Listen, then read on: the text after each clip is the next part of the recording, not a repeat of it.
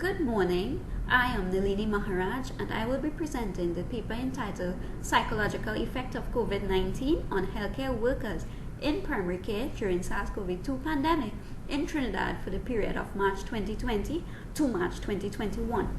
As we all know, the novel virus was first identified in Wuhan, China in December 2019.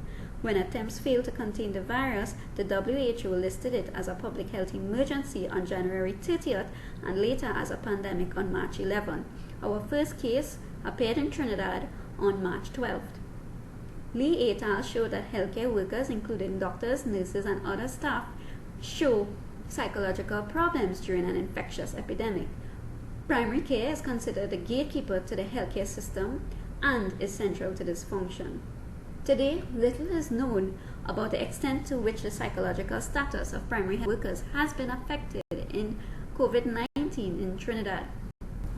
So the aim of the study was to assess the psychological effects of COVID-19 on healthcare workers in 2 primary care health centers during COVID-19 pandemic in South Trinidad for the period of March 2020 to March 2021.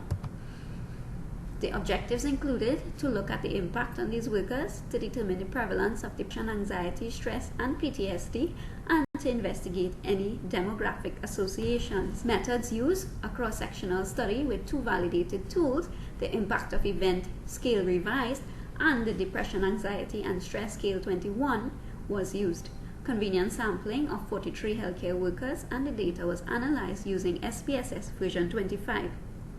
Looking at the map, Southwest is located on the lower left-hand corner, and the 2 health centers identified. South Oropouche involved in vaccinating and a smaller site, whereas Faisabad is a larger site involved in swabbing. The survey tools used: the IESR was revised in 1997 to capture the DSM-4 criteria for PTSD, how much you were bothered versus the frequency of symptoms. It looks at 3 categories: intrusion, that looks at thoughts, nightmares, feelings, imagery; avoidance, which looks at numbing, responsiveness, avoidance of feelings, avoidance of situations and ideas; to thirdly, hyperarousal, which looks at anger, irritability, hypervigilance, difficulty concentration. A Likert scale from 0 to 4 is then used to capture not at all, little bit, moderately, or extremely. A score of 24 or less is of no concern. 24 and above, of concern. 33 to 38, probable PTSD diagnosis, and 39 and above, high enough to suppress your immune system. The DAS 2021 was used by the University of New South Wales in Australia in 1995 to look at depression, dysphoria, low self-esteem, anhedonia, lack of interest, and anxiety symptoms, somatic dryness in mouth, difficulty breathing, subjective symptoms such as scared without reason, and stress, evaluating persistent arousal. Both scales had good consistency. Can you rank depression, anxiety, or stress in order to most likely affect the healthcare worker?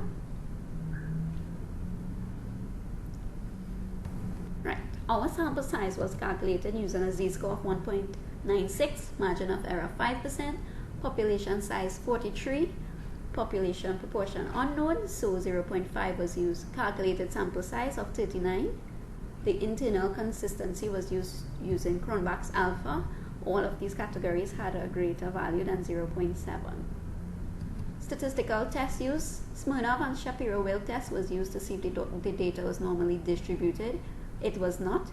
Mann-Whitney-U test to assess differences in gender. Kruskal-Wallis to assess age, job, and years of service, and done pairwise with Bonferroni correction to obtain any further differences among categories.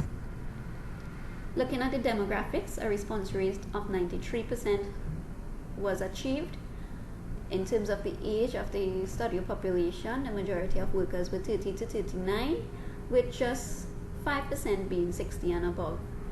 The Bureau of Labor Statistics indicate that 80% of healthcare workers are women. This study showed this. Other similar studies, the females comprised of 67 to 75% of their population. Staff type: medical and nursing staff comprise of 65%, with clerical staff comprising of 12.5%. Length of service: Majority of workers, 47.5%, had over a decade of experience, with just one worker having less than 1 year experience. Looking at the pie chart, 42% or 17 workers had no PTSD concern with a score of less than 24. 15 or 6 workers had a score of clinical concern 24 to 32. 5% or 2 workers had a score 33 to 38. And of course, 38 or 15 workers had a score of greater than 39, high enough to suppress their immune system. Looking at this pie chart, and overall 58% had PTSD-like symptoms.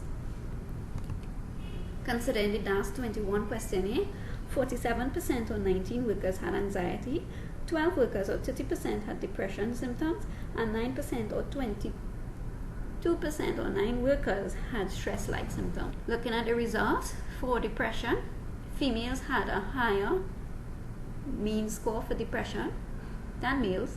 The 20 to 29 group had the highest mean score in the age categories, and medical, followed by clerical staff, had the highest scores for depression. In terms of years experience, the 4 to 6 age group had the highest mean and standard deviation. Looking at anxiety, following a similar pattern, females had a higher score than their male counterparts. 20 to 29 year group had the highest mean value. Interestingly, the 60 or more had a score of 0. Medical staff, followed by clerical staff, had the highest mean for anxiety, and in terms of your work experience, 4 to 6 had the highest mean and standard deviation. The test showed that less than 1 year service had significantly higher levels of anxiety. When the done pairwise was then implemented, it also showed that the 4 to 6 year group had higher scores for anxiety than other groups. Looking at stress, females had a higher mean score than males. The 20 to 29 age group had higher scores for stress, and category of staff, medical and clerical staff, were on top, followed by the 4 to 6 year work experience group. However, no statistical significance was found. Looking at my discussion, so the main type of study we done was cross-sectional.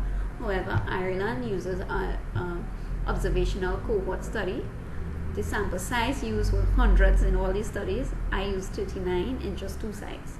The tools used were the DAS 21 and the IESR scales. However, a Chinese study used hospital anxiety and depression scales and the effort-reward imbalance questionnaire. The findings showed that anxiety had the highest prevalence, then followed by depression and stress. Worse outcomes were seen in medical ailments, gender, marital status, work stress, and in our study, if you had less than 1 work year experience, you had higher levels of anxiety. Limitations in all these studies would be recall bias once a questionnaire is being used. And with cross-sectional studies, they have problems with making causal inferences. My study, the biggest limitation was the small sample size. In conclusion, primary healthcare workers in 2 sites in South Trinidad had 30% depression, 47% anxiety, 22% stress, and 58% PTSD. Less than 1 year experience had higher levels of anxiety. No differences were found in gender or age.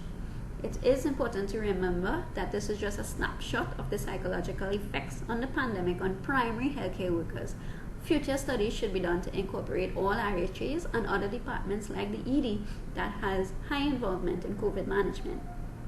Strategies that can aid in stress management, resilience training programs, mindfulness-based stress reduction should be implemented routinely at the workplace to assist these healthcare workers cope with the psychological impact caused by the COVID-19, especially in primary care. These are my references, and I thank you and look forward to your questions.